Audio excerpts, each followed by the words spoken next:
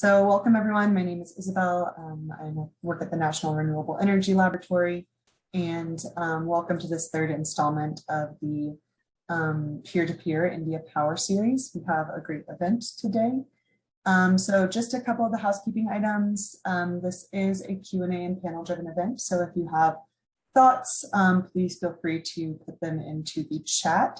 If you have specific questions for the panelists, we encourage you to use the question and answer function. So all of those tools are found in your Zoom toolbar. The webinar today will last 1 hour, and it is being recorded, and it will be shared with all attendees and registrants and posted to YouTube once it's concluded. So if you want to share it, if you want to, if you're not able to stay the whole time, whatever the case may be, you can watch the recording later. And lastly, we do have a survey that will launch upon the webinar's conclusion. So once we sort of shut down the webinar, the dialog box will pop up. Please do stay on and take a few minutes to answer that feedback survey. It's very helpful for our team in understanding future topics to focus on, anywhere that we can improve, and just get an understanding of how you guys are using the information shared in these webinars. So thank you again for joining us. And with that, I will go ahead and hand it over to Mohit Joshi. Take it away. Thanks, Isabel. Hello, everyone. My name is Mohit Joshi, and I'm an energy analyst at the National Renewable Energy Lab. And I welcome you all to the third installment of peer-to-peer webinar series. This series brings together experts addressing challenges associated with transition to high penetration of renewable energy. The series serves as a forum for discussion and knowledge sharing to accelerate the pace of learning among practitioners. Today, we will discuss about the roadmap for Indian states to achieve 500 gigawatt clean energy target by 2030. The webinar will focus on the key learnings from the experience so far, key challenges for Indian states in achieving the 2030 target, and potential strategies to overcome these challenges. We have experts in this area joining us today to discuss these into more details. And I'm pleased to introduce the panelists now. First, we have Mr. A.K. Saxena. He will be moderating today's event. He's a Senior Fellow and Senior Director, Electricity and Fuel Division in TERI. He has over 37 years of experience in the power sector in India, working in Central Electricity Authority, Ministry of Power, and Central Electricity Regulatory Commission. Right now at TERI, his profile includes managing the work on energy transition in Indian power sector to develop a roadmap for low carbon pathways. Welcome, sir. Next, we have Sandhya Sundaragwan, who is the lead on the energy transitions team at WRI India, where she works on developing and supporting progressive policies, technical solutions, and strategies for sustainable clean energy transformation. Prior to this, she also worked at Climate Policy Initiative, Center for Study for Science and Technology and Policy, and also the Energy and Resource Institute, TERI, in various capacities. She had led several power sector programs focusing on renewable grid integration, power system planning, markets reforms, modeling, and supporting stakeholders at both national and state level. Welcome, Sandhya. Next, we have Rishikesh Deshpande, who is working as a principal engineer with power economics team at GE Consulting in India since 2011. His work area includes production simulation modeling analysis, liability assessment studies, financial evaluation for thermal renewable energy storage projects, microgrid assessment, and integration of renewable energy, along with long-term planning studies. Welcome, Rishikesh. Next, we have Ilya Cherakovsky, who is a member of Grid Systems Group in the Grid Planning and Analysis Center at the National Renewable Energy Lab. He works on power system operation, long-term planning, flexibility, renewable storage, as well as policy and regulatory aspects of renewable integration. He also leads various international assistance projects at NREL, working closely with stakeholders in South Asia, Central Asia, and Eastern Europe. Welcome, Ilya. Thanks, Mohit. Next, we have Mr. Madhu, who is Executive Engineer Grid Operations at the Karnataka State Load Dispatch Center. He has extensive experience in grid operations, power system analysis, and other areas of system operation, along with first-hand experience of managing high RE in the grid. He has worked a lot in this area, and we are really fortunate to have him in today's panel discussion. Welcome, Mr. Madhu. Yeah, thank you, sir. Yeah, now we'll start with the panel discussion and later we'll take at the end audience questions. Now I hand it over to Mr. Saxena for his initial remarks and also moderating the event. Over to you, Mr. Saxena. Thank you, Mohit. Thank you so much. First of all, let me thank the NREL for organizing an event on such an important topic. Mohit, in particular, whom I have known for more than a decade now, and we have interacted in various capacities on various studies, etc., which we have done together. It gives me great pleasure to be on this panel discussion. This topic is extremely important in the context of India's contribution to clean energy transition. We have a very, very distinguished panel consisting of well-known experts from the think tanks, consultant, research institute, and a grid operator, which is extremely important in the context of high penetration, which we are going to witness in the coming years. India's resolve and journey in clean energy transition is well known. But let me say a few points. India raised its ambition in regard to the clean energy even prior to the Paris Agreement.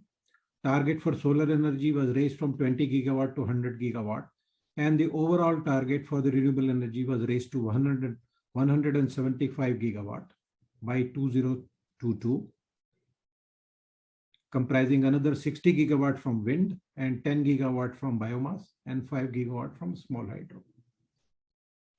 Further, as part of India's commitment in the nationally determined contributions, India was to achieve a non-fossil fuel capacity of 40% by 2030. And today we are already at about 39.5% of non-fossil fuel based capacity in India. We also stand at about 106 gigawatt of renewable energy capacity. The contribution of the renewable energy in the mix is of the order of 10 to 11%. The studies done, the first set of studies as part of the greening the grid studies showed that if we achieve 175 gigawatt by 2022, the contribution of these renewable energies in the energy mix will be of the order of 22%, and a very marginal curtailment was foreseen in the studies at that point of time. Now we have a very, very ambitiously raised target, raising it to almost 500 gigawatt by 2030. I think the level of penetration which is going to be there will be significantly more, and the issues and challenges are going to be much more paramount now. The states like Karnataka and other southern states which have a high degree of renewable penetration already there, I think they know the issues very well, and I think it is extremely important to have a person like Mr. Madhu today to be sharing his experiences in regard to this, how they have managed and how one could manage. Now, so far, so good. We have come to 106 gigawatt or so, but the scale which is going to be there is, I think, is quite voluminous upscaling of the target right now. And now we have to look at that, what will be the issues and challenges which will be there. Now, we all know that India has a federal system in which the states as well as the center have the jurisdiction over the rules, regulations, and the policies which are made at the central level and the state level.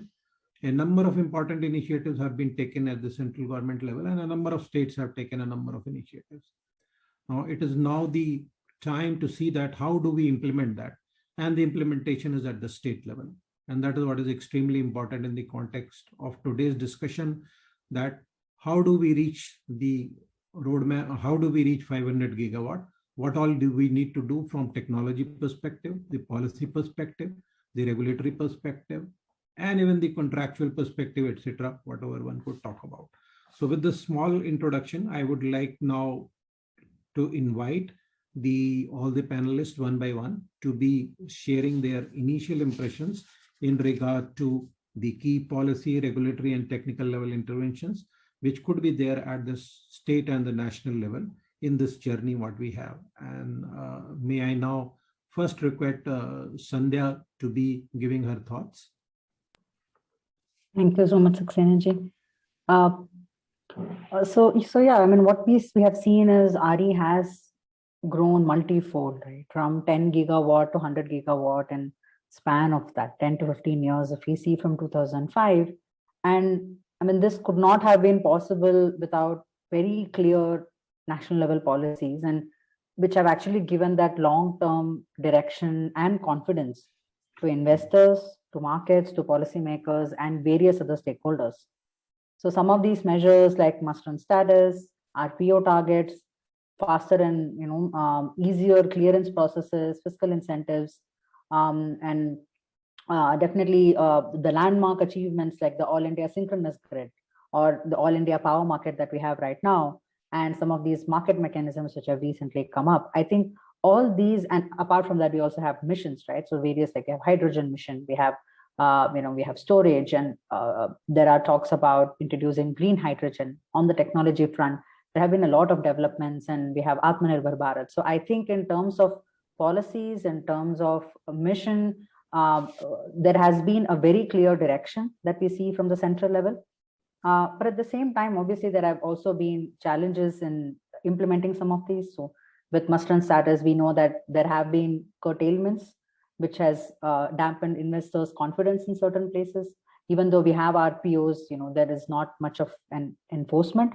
But I would still kind of see this from a positive light.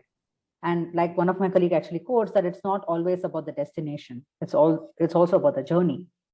I mean, the success cannot always be measured by plans. It's also about the way we implement it. And while we look at the 500 gigawatt target that we have set in 2030, I mean, we shouldn't get bogged down by what is going to happen in 2027 or 2028.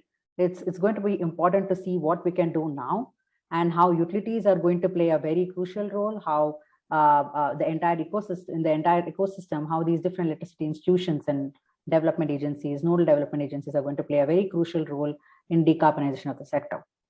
Yeah, thank you. Thank you, Sandhya. Thank you so much for sharing your the positives which are there and also the challenges which are there. And I think, as you very rightly said, it is not the destination, but also the journey, which is extremely important to be moving forward there. Thank you so much. May I now request Mr. Rishikesh Deshpande to share his impressions? Good morning and good evening to everyone. And thanks a lot for inviting me to be a part of this esteemed panel. And I would like to talk a little bit about our journey and our impressions, my impressions regarding that. So basically, as we know, so Sandhya correctly pointed out from different policy perspective, but I want to highlight from the perspective of the technology and the measures that have been implemented in the last few years. As we know, the the solar and the wind are intermittent to inherent variability, and depending on the force of the nature, we can't control that. Generation to some extent is prediction is possible due to forecasting techniques. However, the grid operator must be ready with mitigation measures to tackle any imbalance.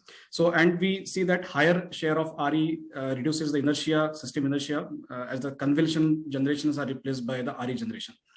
Also, the RE generations are not fit and forget type of installations. Power system planners, operators, regulators have to be proactive in introducing the different technical as well as regulatory interventions to balance the system. At the same time, it should promote also the RE development. To our view, the India has proactively introduced several measures in last few years in the form of regulations as well as technical interventions. Certain regulations were amended time to time to address the different issues of the market which are faced at that time. And in my opinion, they have helped us to integrate seamlessly more than 100 gigawatt of RE so far. And these regulations will hopefully continue, and they will also help stakeholders to develop the confidence in putting the RE projects. So I just want to highlight a few regulations that comes to my mind. The first one is a deviation settlement mechanism that is introduced in 2014. It is amended time to time. So it motivated states to forecast RE more accurately and manage the imbalance within the state to avoid the penalties. There is a RRAs. There is a FRAs, SCED was there, security constraint economic dispatch, which was aimed at optimization and minimizing the system cost. To the recent times, we have the market-based economic dispatch aimed at enlarging the balancing area to bring the desired flexibility, which is the key for deploying the higher amount of RE. And in May 2021, we received the ancillary services regulation in the form of AGC, which will make sure that when higher amount of RE comes into the system, the secondary response ancillary services and tertiary response ancillary services will be sufficient to handle any imbalance created by any of the events. So I'm optimistic about it, and I'm sure that in the future also we will get such interventions from the government policymakers as well as grid operators to seamlessly integrate the 500 gigawatt by 2030. Thank you. Thank you so much, Rushikesh. Thanks for bringing out the extremely important issue of system inertia, which is going to be a challenge as we move with higher degree of penetration of the renewable energies. That's number one. And thanks for giving a description of all the important policy and the regulatory initiatives which have been there. I think the CRC has done a wonderful job in bringing out the extremely important regulations which are required in this context. And I think as it happens with any regulation, with the passage of time and with the experience, these need to be sort of amended and enlarged and whatever one requires from that point of view, the operational experience which is to be there. So extremely thankful to you for bringing up all the important regulations very succinctly upfront. Thank you, sir. Now, may I request Mr. Madhu? I think it needs no introduction that the state of Karnataka is one among the Indian states which has a very high degree of penetration, not only in average terms, but in instantaneous terms. If we try to look at it, goes very, very high. And I think it will be extremely important for Mr. Madhu to let us all know that how the state manages so far and how state envisages that when the penetration increases further, what is the type of operational practices which need to be adopted by the operators in the state to accommodate high degree of renewables. Over to you, Mr. Madhu, please. Okay. Audible, sir? Thank you for giving an opportunity for speaking on this platform. On behalf of Karnataka, if you speak, we have got, as everybody knows, we have got high penetration of wind and solar.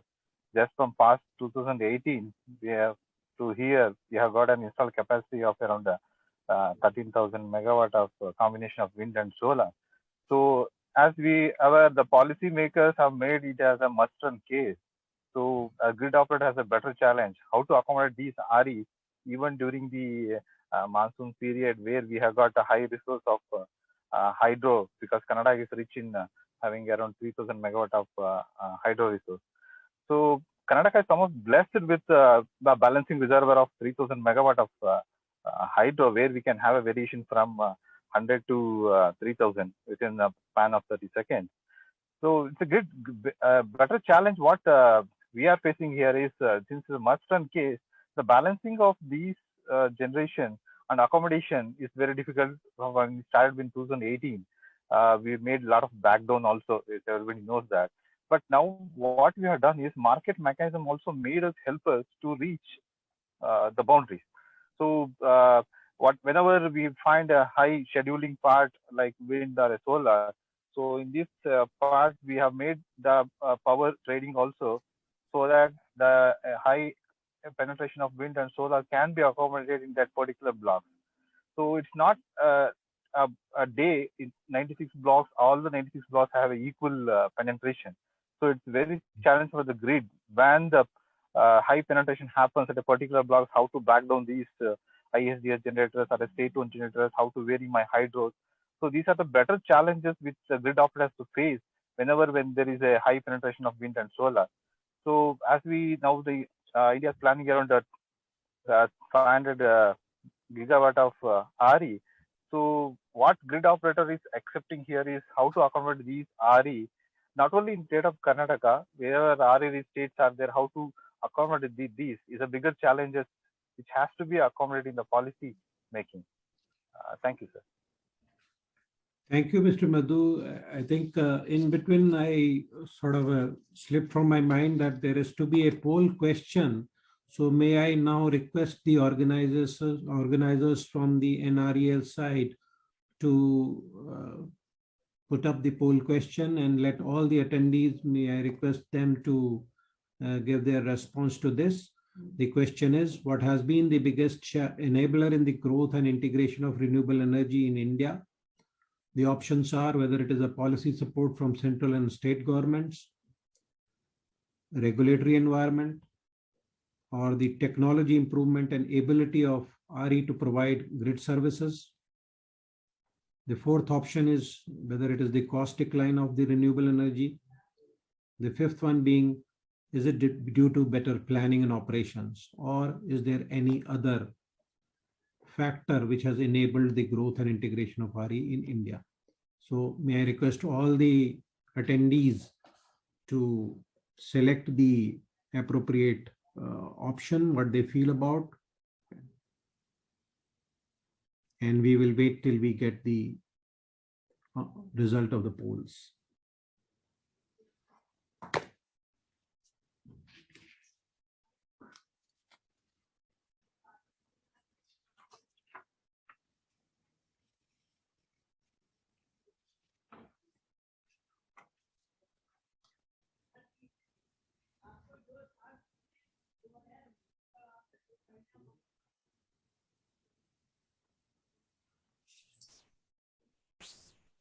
All right, Mr. Saxena, you should see the results on your screen now from the prompt. Yeah, I think the results are on the screen, and let them be on the screen. So we find that the audience feels that the policy support from the central and state government almost constitutes 3/4 of the sort of weightage is there. 71% of the respondents say that this is what is the most important factor which has contributed to the RE growth in India.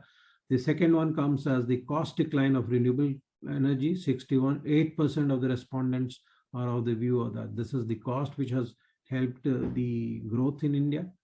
The third one is the 32% of the respondents find it is the technology improvement and ability of RE to provide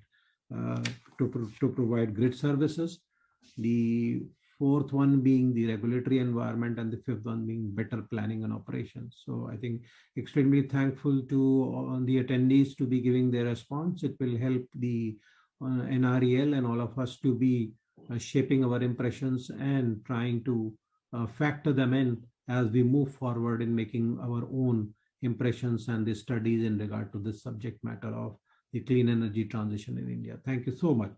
Now, I think now I come back to Ilya. I think Ilya, your initial impressions, please, I think in regard to the various aspects which we have talked about, and particularly from the international perspective, what you study in NREL. Over to you, Ilya, please. Thank you so much, Mr. Saxena, and thank you to everyone for participating. And I'm very glad to be on this panel. So I'll give kind of the international perspective. And I'll focus on the US. That's because NREL is based in the US. That's what we know the best. So the key state level policy, if we're really talking about what the states are doing, this key state level policy in the US is the RPS, the Renewable Portfolio Standard. That's a requirement that a percentage of electricity sales from all electric utilities in a state comes from renewable energy. This really kickstarted the market for utility scale renewable energy. And you can really see a difference today in states that have adopted an RPS are much further ahead in their contribution from renewable energy. On the regulatory side, we see a large role from improved interconnection requirements and grid codes. These improvements are directed at the federal level. So the Federal Energy Regulatory Commission, for example,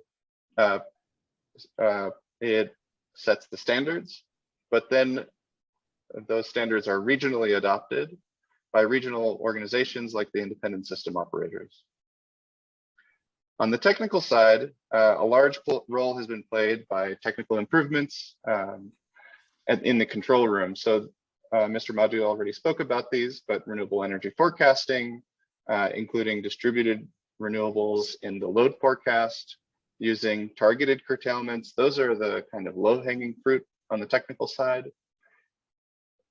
And then more recently, we've seen more sophisticated reserve requirements and an expanded list of candidate technologies that can qualify to meet flexibility needs. And that includes energy storage. That also includes renewable energy that's able to provide grid services. So those are kind of the three key categories I think that have driven renewables in the US states. Thank you.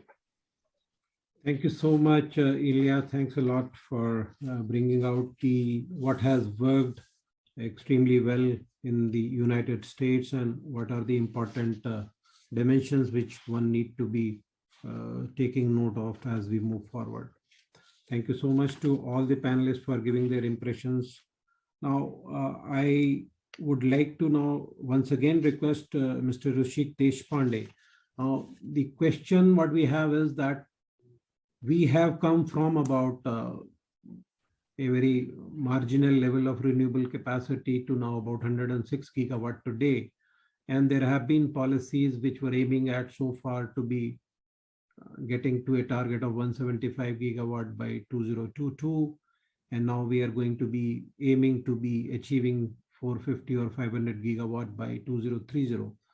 Would the policies or other initiatives that have been taken so far, would they work in the same manner, or we require a different mindset and a different approach now?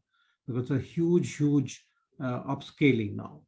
The capacity addition, RE capacity addition, which will be required every year is of the order of 40 gigawatt per year. And the best what we have done in the country so far is slightly less than 12 gigawatt. That is the best year. And if we see the average, it is much less than that. Now, when we have such a scale, now what all we need to do to be addressing this issue of scale, and then how do we set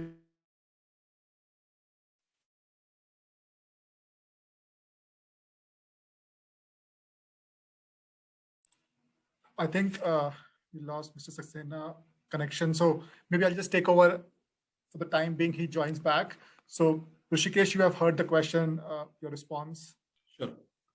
Sure. Thanks, Mohit. Thanks, Saxena sir.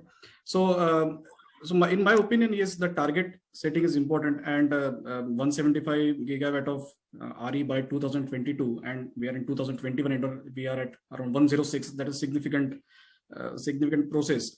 And in my opinion, target setting is very important, encourages the stakeholders to explore all the possible ways to achieve it.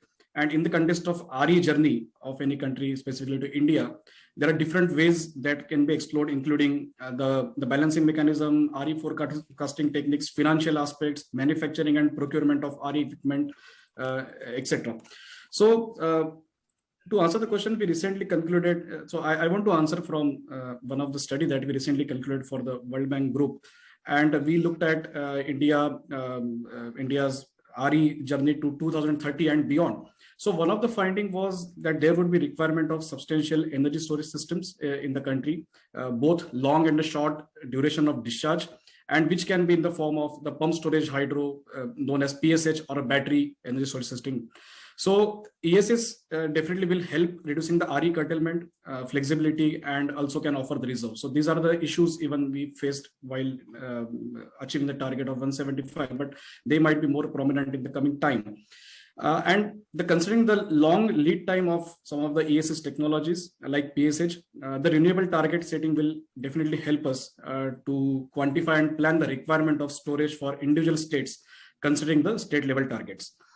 We also observed during our results of the study that states like Maharashtra, Tamil Nadu, Gujarat, and Karnataka, which are the RE state, would need ESS installation to achieve a RE target. And the economic evaluation of ESS for the future years, considering the key aspects like price trend, projected demand, utilization of the ESS, shows that the feasibility of ESS is highly dependent on the various services it can cater to. So ESS basically can cater to the capacity related services, offering like a firm capacity, energy services like energy arbitrage, ancillary services like operating reserve, and other transmission related services. So the ability of ESS to cater the services is highly dependent on where it is located and the quantum of RE present in that state. So we observed that to ensure the financial viability of energy storage, especially during the initial years, it might be prudent to consider such asset to be owned by the utilities and treated as a regulatory asset, and look at a cost plus approach till the market remuneration becomes attractive. So that is one of the observation I want to note here. The other point I want to mention that one additional aspect from the perspective of better utilization of the existing gas-based generation, because flexibility is at the key, high ramp rates as well as the flexibility to operate the plants, and gas-based generation can offer that. So it can provide a required flexibility at the system might need in the future high RE penetration. So, sir, these are some of my impressions regarding the comparison of 175 versus the 450 by 2030. Thank you so much, Rishikesh. I think it's extremely important to note that I think the energy requirement or the peak demand moving over to 2030 is going to be double or 2.2 times of what we have today. But the flexibility requirement on a daily or a seasonal flexibility is going to be 4, 5, or 6 times today. The ramping requirements are going to be extremely sort of a more pronounced as compared to today what we have. And the studies which we had done, and NREL was also a part of our team at that point of time, that we require a balanced portfolio for meeting the high uptake of renewables and meeting the flexibility requirements. I think, yes, the energy storage and various forms of storage have extremely important role in regard to this. And I think the stage is set for assessing all of these for various applications and their cost effectiveness, etc. Certainly. Thank you very much for giving your impressions. Now, may I request Sandhya now to be giving her impressions about the preparedness of the Indian states to be achieving the 2030 targets. Sandhya, as you would have seen, that some of these states have done remarkably well. Either they are blessed with a rich RE potential and they were required to be doing it because that's what is, they have to do it.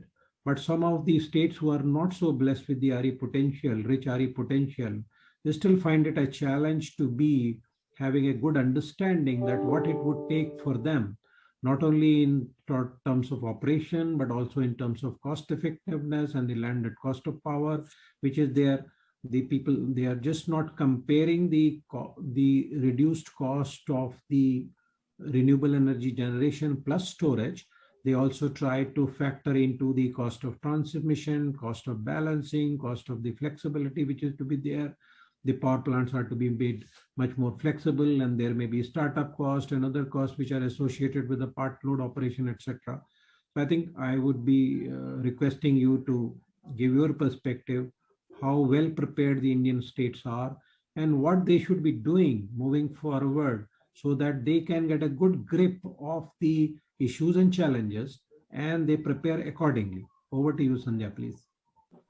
Thank you so much, Saxena ji. So, yeah, I mean, I would say that it's not been an easy task even for high RE rate states like Tamil Nadu and Karnataka, and like Madhu sir also, pointed out, in terms of handling the intermittency. And I'm sure that the load dispatch centers especially had to face the brunt of it, because probably they had to relearn a lot of those techniques which they used to earlier use in managing the grid.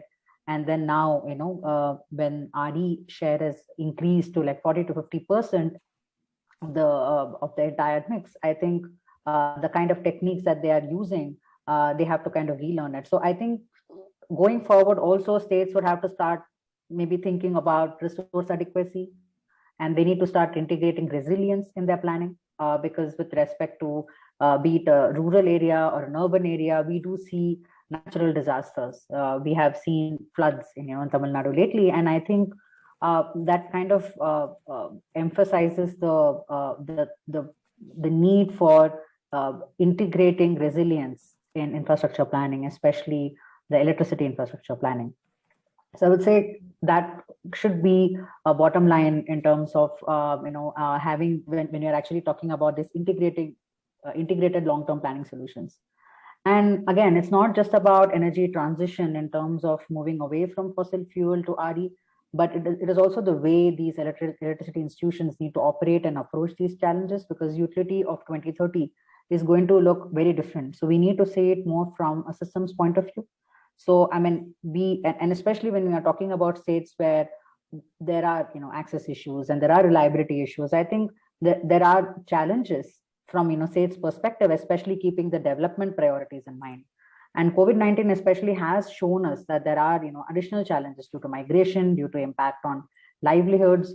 And I mean, during those times, I think it becomes even more critical for planners to start exploring what could be those new technologies, which and flexibility options, not just from the supply side, but also from the demand side. Some could be new, some could be matured. So energy storage is one, part of it. Going beyond utility scale storage, can we think about distributed energy storage, solar plus, the behind the meter storage? So maybe those kind of things we may have to have like a portfolio of options. Can we think of hydrogen storage facility? Can we use excess supply of RE and experiment hydrogen storage facility in some places, or even for that matter, use market mechanisms to sell? So I think it's going to be a combination that we need to look at. And especially on the technology part, I think it cannot be a post facto thing. It needs to be undertaken right at the beginning, during the capacity addition planning, during the thought process of, the holistic approach. So finally, I would like to say that there are two things. So utilities have to foresee that consumers are going to play an increasing role, especially when we talk about aggregators and storage and EVs and DRE.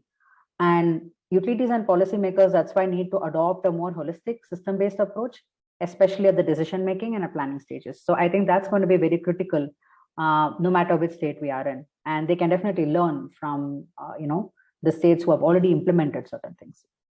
Yeah, but one important, I would say, takeaway question, Saxena ji, and maybe this could be something which we can deliberate upon, is should utilities be doing the planning, right?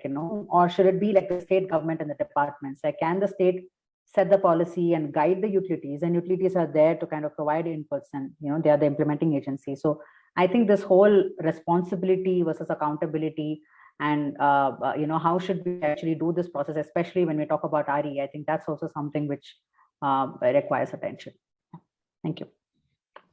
Thank you so much, Sandhya. I think you gave very, very important points, and I think you brought up a very new perspective to the point that should the utilities be doing it, or the state government should be doing it, and the aspect of responsibility and accountability. I think this is certainly one has to think through, and one has to deliberate about it, and how well placed the utilities are. One will have to. So taking a clue from what Sandhya you have mentioned about, I would come back to Mr. Madhu and asking him an important question, that as the penetration increases, and what are the sort of practices or issues in regard to the forecasting particularly, because when the penetration increases, how good a forecast is, and how do we try to take care of the differences which are there in the real time as compared to the forecast what was there. What learning he would like to be telling to the other states which would have come from his experience. And Karnataka already has a rich share of RE, and then as we move up further upscaling, whatever happens, how would it be? Secondly, the system inertia aspect. I think it is an extremely important aspect where people keep on deliberating, and we should be deliberating more about it, not whether the synthetic inertia or the hydro, the reservoir based plants what we have are good enough to be doing it, and the gas based plant which also come up pretty fast to be able to give the response, etc. So I think, Mr. Madhu, I would like to request you in regard to the forecasting, how do we improve it, and what could be done by other states, and in regard to the inertia. And thirdly, if you could touch upon the point which Sandhya made about whether the utility should this planning or the state government should this planning. I think these are the 3 points I would be very happy to be for the benefit of all of us and the attendees.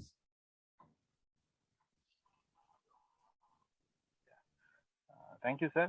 First, regarding the forecasting part, I think as MOP has taken the steps of establishing REMC at RE-rich states, I think that has helped a lot for many of the RE-rich states to have a forecasting with respect to wind and solar. But to take a step ahead with whatever the planning has done here for forecasting, we are finding the difficulty in the forecasting with respect to the day ahead. Mainly because the planner scheduling part has to be taken the day ahead part, whether I have to bring the thermal, I have to back down a thermal plant. So a 24-hour plant before day ahead schedule, day ahead forecast is more important when you compare to the inter-day part. So here all the stakeholders has to be taken importance in terms of the day ahead forecasting, where I can do a better scheduling for tomorrow. That's one part. Regarding the intraday part, whenever if you find any variation with respect to the intraday the forecasting, what we require is, as Mr. Madam told in the panelist, the tools are required which can be mitigated at a faster rate. Like what is the resources required to mitigate it? Because as we are aware, in a block, 800 megawatt to 1000 megawatt can be varied. Now it's a RE capacity of around 13,000 megawatt.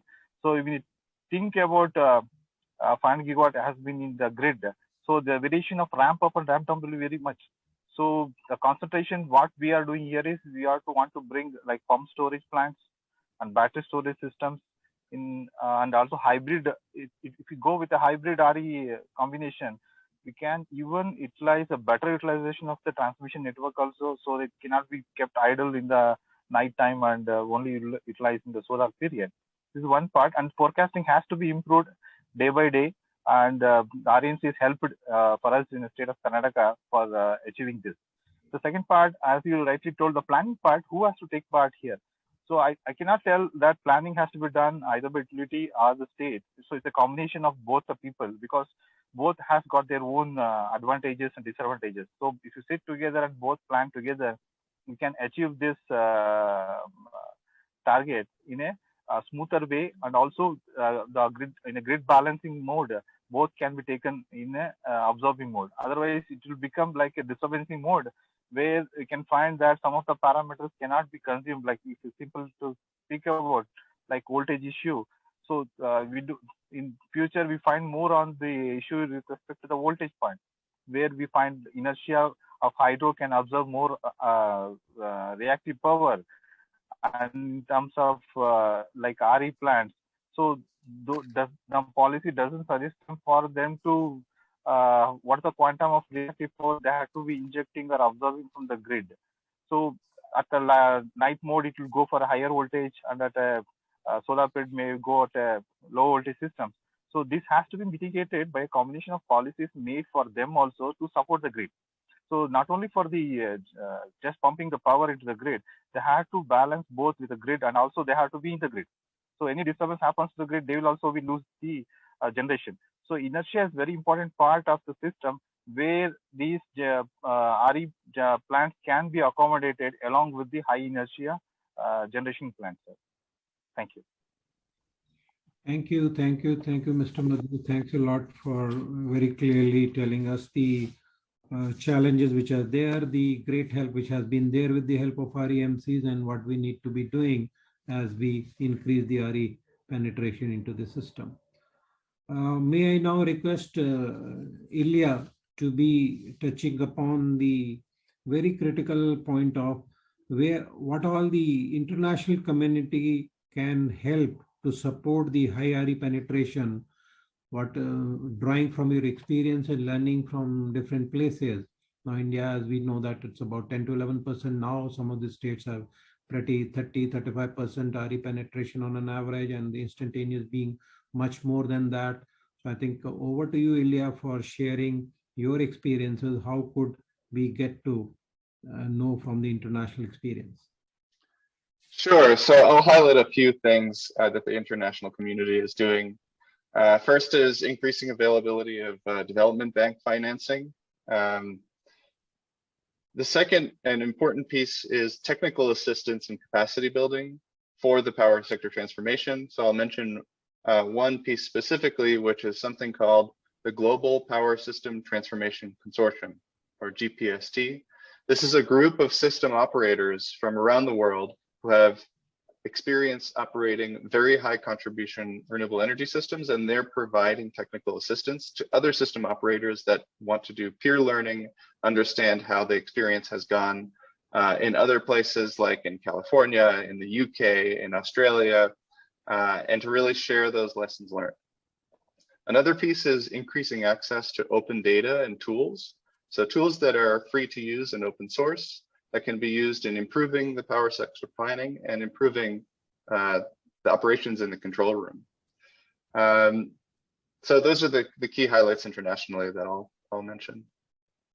Thank you, Ilya. I think all very extremely important points. Financing, I think one of the key issues. I think the capacity building, the second most important issues, and the technical assistance in this regard will be extremely helpful without any doubt.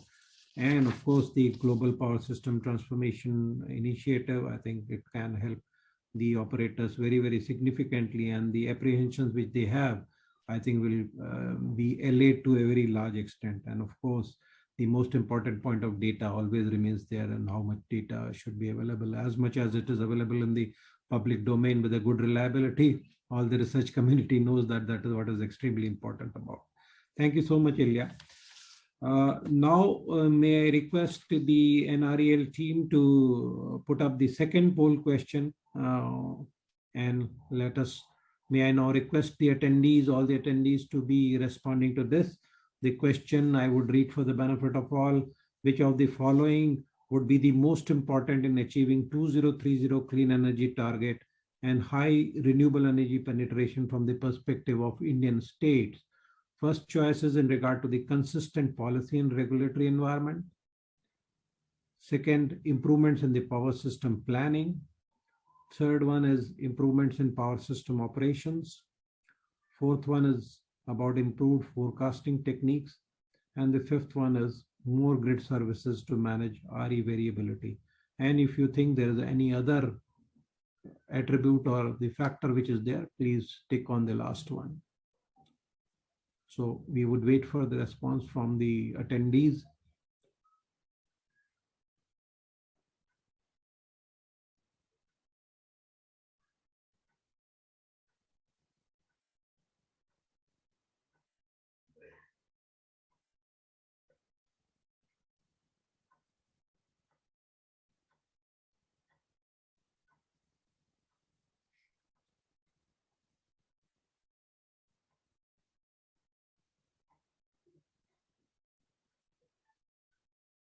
Thank you so much, and we have the results on the screen. And if we see the most important, the 68% say that the more grid services to manage the RE variability would be extremely important. The second most important aspect has been comes out as the improvements in the power system planning. The third one is in regard to the improved forecasting techniques. The fourth one, about 48% the respondents have mentioned that the consistent policy and regulatory environment. And last but not the least is 32% say that improvements in the power system operations. And 8% say there are other factors which could be extremely important. I think, thank you so much. I think one cannot agree more than this, that the more grid services are required to be managing the flexibility which is to be there. I think that comes out as the most important, and I think I also feel that, and maybe fellow panelists will have their own impression, but I think very important to know from such a wide audience that what do they feel about. Thank you so much. Now, I think we had a very interesting and a fascinating discussion. All the panelists gave about impressions about the technology, on the policy, on the regulations, on the operations, the international experience, and what all can be done in order to develop a roadmap which is required for India to be reaching to the 500 gigawatt by 2030. Thankful to all the panelists for their insightful remarks. I think now is the time for giving the closing remarks from each of the participants. I think 2 minutes each are... Sir, just one point. So in the interest of time, maybe we can start with Q&A first, because we have some questions from the audience. And then if the time is left, then we can give Fine, the fine. panelists? Absolutely fine. Wonderful, I think. So I think do you want me to read the first question or would No, you take up the I question? think, yeah, I think there are some questions Yeah. coming in real Yeah, time. which are So all, we'll start yeah. with those. So the first Yeah. question that we have is like, how do you interpret the second pledge made by PM in COP26, 50% of energy requirement to be met by renewable energy in 2030? So how do you interpret? Anyone in the panel would like to respond?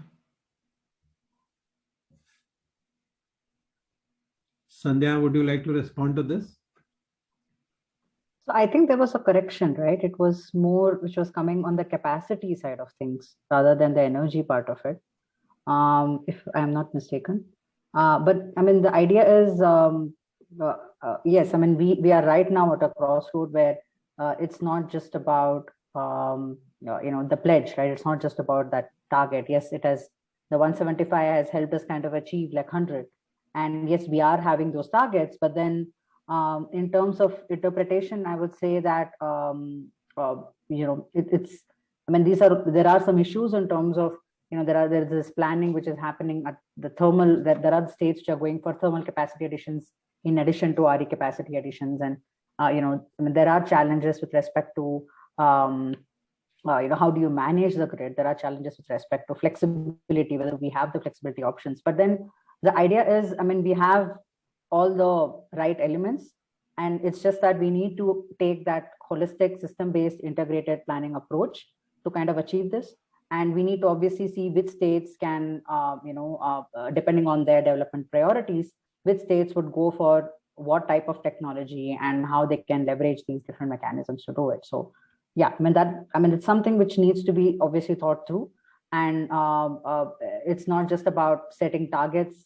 It's also about making those implementation plans and having an approach where we bring all the stakeholders together and where there's that bidirectional kind of linkages between state and center. And we see how we can actually install. One gap I feel is in terms of the rooftop installation, like the distributed renewable energy part of it. I think there is a lot of scope there. We haven't seen that much of uptake. And I feel that that's an area that states could start planning better because of, there are land issues, there are resource constraints. So I think that the DREG part of it, that's something which the states can start planning better. And maybe even though it will be incremental, it could definitely help in, building that level of RE capacity in the states, yeah, at the state level. Thank you, Sandhya. I think Thanks. Mohit, would you? The next question is, what is your take on pump storage in India? A recent study talks about large off-river pump storage. What is its future in terms of economics and technical potential? So maybe Rishikesh, he mentioned about studies talking about pump storage. Sure. I'll try to answer that. Yes, actually, we also found that the off-river pump storage hydro has an advantage over the traditional pump storage hydro. Wherever the terrain is available, you can establish that. And our observation is that the off-river pump storage hydro of the shorter duration, say 4 hours or 6 hours, will be useful, but it has to serve for the economical feasibility. It has to serve multiple services in the coming time, and that will decide the economics. So for at least for certain years, it has to be incentivized, or maybe some mechanism to be attached with that to make sure that it is feasible. So that is my take on that. Thank you. Thanks. I think next question is, how do you think distributed energy resources and storage will contribute in future? What all use cases of energy storage are to play a prominent role for India by 2030? So maybe Ilya can talk about this. Sure, thanks, Mohit.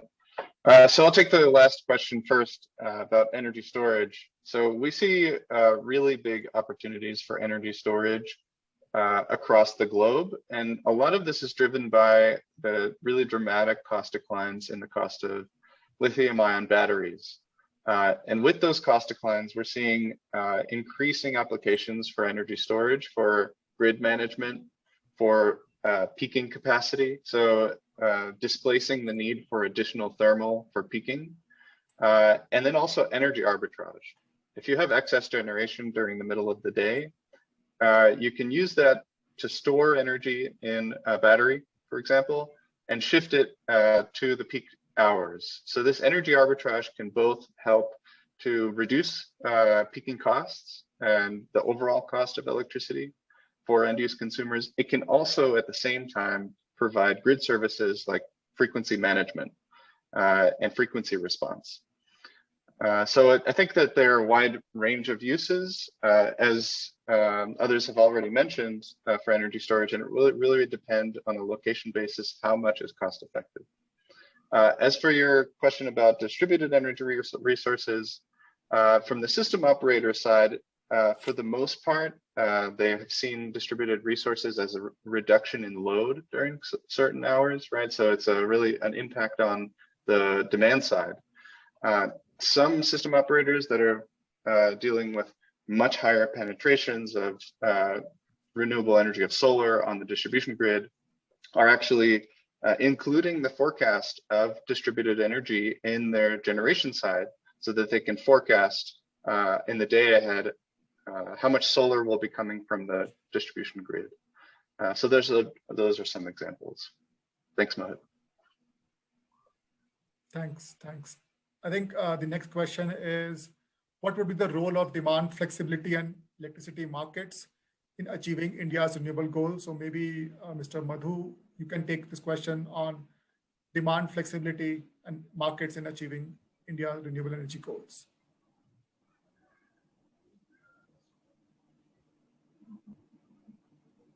Yeah, thank you, sir.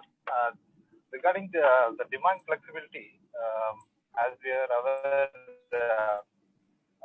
we have got the different types of loads which is being catering throughout the day. We have got agriculture, domestic, commercial loads, industrial loads. So what we have done in Karnataka is the agricultural load solar period so that we can consume the solar power in total. So the flexibility of demand has to be studied for consuming the RE power, so that we can have a lesser variation with respect to RE. This is one thing. And the energy market has to be more flexible so that the RE restate the RE power can be exported to the other regions where for required. So platform has to be made for the for RE states to reach other states through these trading, marketing, or energy platforms. The marketing platform has to be required.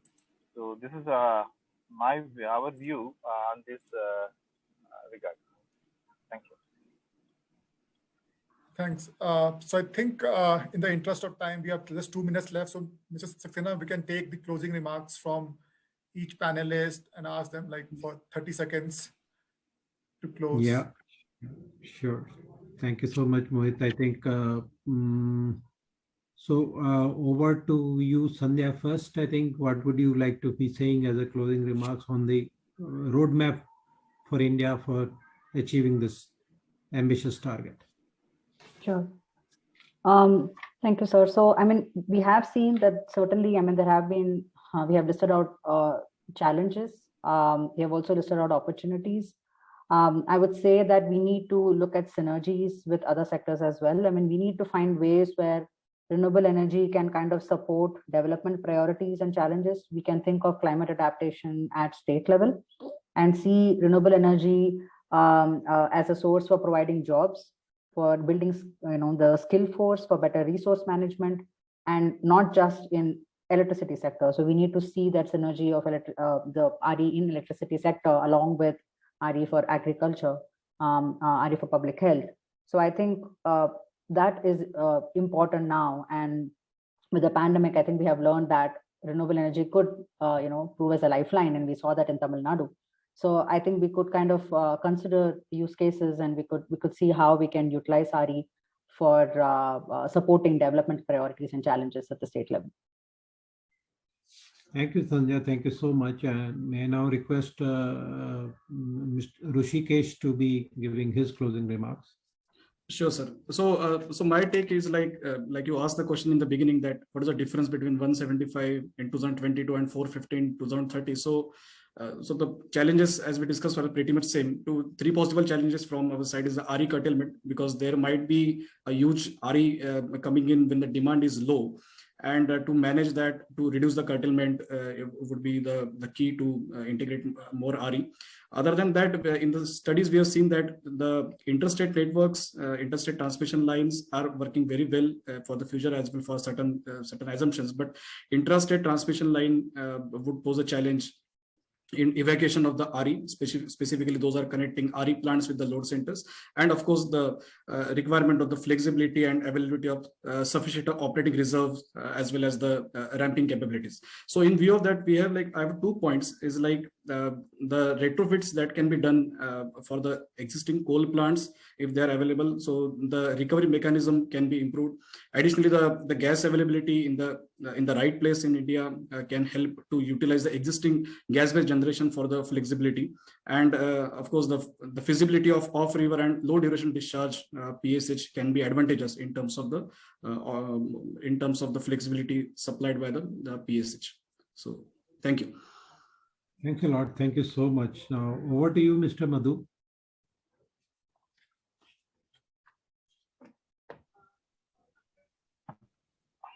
Okay, sir. Thank you. My remarks, I think for every generation of RE, we require at least minimum 30% of reserve, which has to be as a storage cap to be made, so that it's more flexible for the grid to operate. And transmission planning should be in such a way that there should not be any constraint or a boundary to observe this RE in terms of transmission planning. And in terms of grid operation, the forecasting has to be improved in a proper way so that it can be accommodated in a day-ahead basis and intraday basis. Along with that, the flexibility of RE should be observed by alternatively making like pump storage or battery storage systems, which can be easily be mitigated and can be observed in a proper way. Thank you. Thank you so much. I think Ilya, for your closing remarks, please. Mr. Saxena, I think Ilya had to drop off because for some other call. So okay. Fine. I think. Yeah. I think thank you so much, Mohit. I think it has been a very fascinating discussion. Thanks to all the panelists for sparing their time and giving very insightful impressions about. I think the challenge is really huge, and the issues, some of the very, very pertinent issues have been flagged about. I think what Sandhya talked about, apart from everything else, that we have to see the socio-political conditions and how this transition is going to affect the people at large in a developing country like India. And as we all know, that just transition would be a very, very important requirement as we move forward to integration of high degree of renewables. We have done studies in some of the areas and coal-rich areas, and we have seen how the closure of mines have affected the lives and livelihoods and the trade and business and many other things in those areas. So just transition holds the key without any doubt as we move forward. The technology, the policy and the regulations all can be there. They can be put in place and people can work towards it and all measures can be there. But I think at the core of this mammoth transition would be the just transition, which I feel about. I think very important issues in regard to the flexibility, in regard to the transmission being the great enabler, and that is what we should be having in regard to the intrastate transmission, certainly very important. The distributed energy resources, they bring so much of value to the system on account of the avoided transmission and distribution losses, and the storage which can play about the role and in addressing the variability, intermittency, etc. I think the technologies are there. The cost trajectories are sort of on the decline. And I think the scale which India provides will certainly set up a very, very sort of a innovative or what I could say is a very encouraging sort of situation would be there for all concerned to be moving forward on this roadmap. But yes, the challenge is huge. And I think the roadmap needs to be very carefully planned. And I think I will touch upon Sandhya's point about whether the utility should do it or the state should do it. I would, coming from my experience, I would say the utility should provide the inputs and the state should make the policy what is required to facilitate it. the operational experience, the ground realities, all that come from the utility, and they should be the feeders for the policy making, and the policy and regulation should come from that. And the institution of forum of regulators, which is there in India, can play a great role in regard to this, assimilating all the knowledge and the expertise which is there, and the forum of regulators can play a leading role in bringing the harmony in regard to the various regulations, etc. And I think that will be sort of a good accelerator for the policies and regulations which are there. With this, I thank you all, and nothing more from my side. Over to you, Mohit, please. Thank you, sir. Thanks everyone for your participation in today's webinar. Special thank to our moderator, Mr. Saxena, and all other panelists for taking out time today. We'll share the recording of today's webinar after this, and then we also have your questions. Some of were answered, some were not. So we'll try to get back to you wherever possible on those questions. So thank you everyone for your time today. We'll come back with another series, another topic sometime soon, and so we'll share that in email in some time. Thank you. Thank you so much. Thank you, everyone. Thank you. Thank you, everybody.